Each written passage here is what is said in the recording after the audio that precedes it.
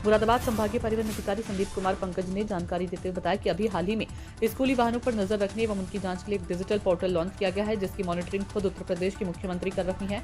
UP integrated school vehicle management portal के संबंध में बताते हुए उन्होंने कहा कि छात्र छात्राओं को परिवहन कराने वाले सभी वाहनों को इस पोर्टल पर अपलोड करने का कार्य किया जा रहा है। उन्होंने बताया कि स्कूलों में चल रहे वाहनों की फिटनेस, इंश्योरेंस, परमिट और अन्य मानकों की जांच पड़ताल की जा रही है। इसके लिए परिवहन विभाग की टीम स्कूलों में जाकर वाहनों की चेकिंग कर रही है कि उससे सुरक्षा मानक पूर्ण है या उसमें कोई कमी तो नहीं है।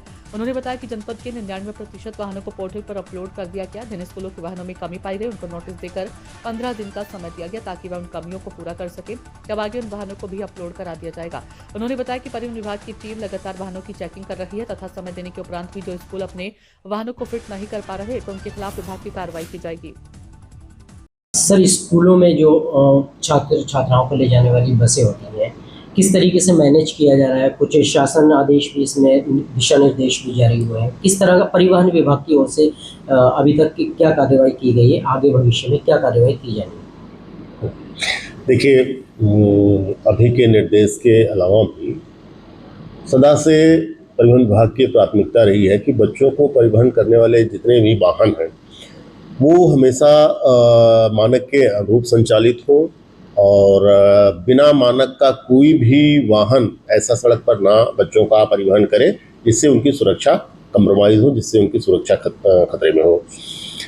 वर्तमान में एक डिजिटल पोर्टल डेवलप किया गया है जिसकी मॉनिटरिंग स्वयं माननीय मुख्यमंत्री जी कर रहे हैं। उस पोर्टल का नाम है UP integrated school vehicle monitoring portal, जो एक डिजिटल पोर्टल है जिसमें जनपद के सभी ऐसे वाहन जिनसे बच्चों का आवागमन होता है, वो विद्यालय के खुद के वाहन हो सकते हैं, विद्यालय द्वारा कॉन्ट्रैक्ट पर लिए गए वाहन हो सकते हैं, अथवा पेरेंट्स द्वारा मैनेज किए गए कुछ अनुबंधित वाहन हो सकते हैं।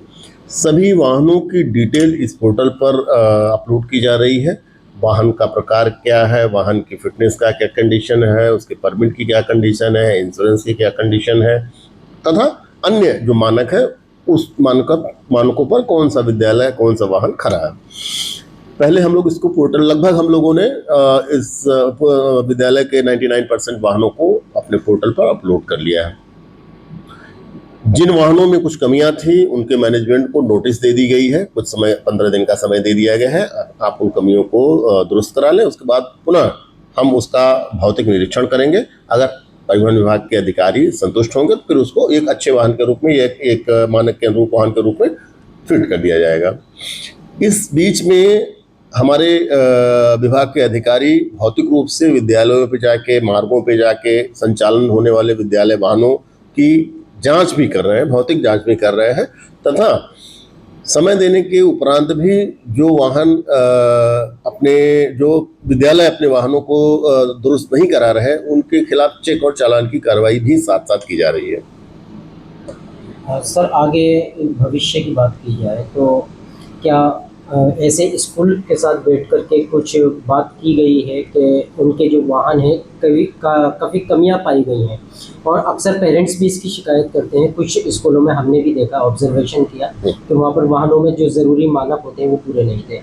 इस पे कुछ बात की गई स्कूलों के साथ? हाँ, सभी विद्यालय के प्रबंधकों को, सभी विद्यालय के जो प्राचार्य हैं या जो उसके ट्रांसपोर्ट नोडल हैं, सबके साथ बैठक की गई है और जिलाधिकारी महोदय की अध्यक्षता में भी बैठक की गई है। परिवहन विभाग के अधिकारियों ने तो कई बैठकें की हैं। उसमें इन लोगों को यही निर्देश दिया गया है कि देखिए, शासन की जो कुछ प्राथमिकता यह है कि कोई भी वाहन ऐसा ना हो, कोई भी वाहन मानक के विपरीत ना संचालित हो जिससे बच्चों की सुरक्षा प्रभावित होती हो। इसमें सभी लोगों ने सहयोग करने का आश्वासन दिया है। सभी लोग सहयोग करने की दिशा में कार्य कर रहे हैं। हमारे अधिकारियों द्वारा जब कुछ विद्यालयों का भौतिक निरीक्षण किया गया था तो अवश्य बहुत सारे विद्यालयों में बहुत सारे ऐसे वाहन थे जिसमें किसी में फायर एक्सटिंग्विशर सिलेंडर नहीं था, किसी में फर्स्ट एड बॉक्स नहीं था, किसी में मानक के अनुरूप बसों के जो बच्चों के बगल में खिड़कियां होती हैं उस पर ग्रिल नहीं थे और कैमरे नहीं थे, पैनिक बटन नहीं था, बहुत सारी कमियां थी। तो ऐसे विद्यालयों को नोटिस ऑलरेडी जारी कर दी गई है, उनको बदलवाने के लिए समय दे दिया गया है और उस समय के व्यतीत हो जाने के उपरांत उनकी एक समीक्षा की जाएगी और जो विद्यालय उसके बाद भी मानक के अनुरूप नहीं होगा उनको थानों में निरुद्ध करके उनके विरुद्ध कार्रवाई की जाएगी। मैक्सिमम कार्रवाई क्या रहेगी सर इसमें जो देखिए, इस पोर्टल का मकसद ही यही है कि इसमें सबकी सामूहिक जिम्मेदारी तय की जाएगी। शिक्षा विभाग की भी जिम्मेदारी तय की जाएगी और परिवहन विभाग की भी जिम्मेदारी तय की जाएगी, पुलिस की भी जिम्मेदारी तय की जाएगी। इसीलिए ये पोर्टल बनाया गया है कि कोई एक विभाग इसके लिए जिम्मेदार नहीं है।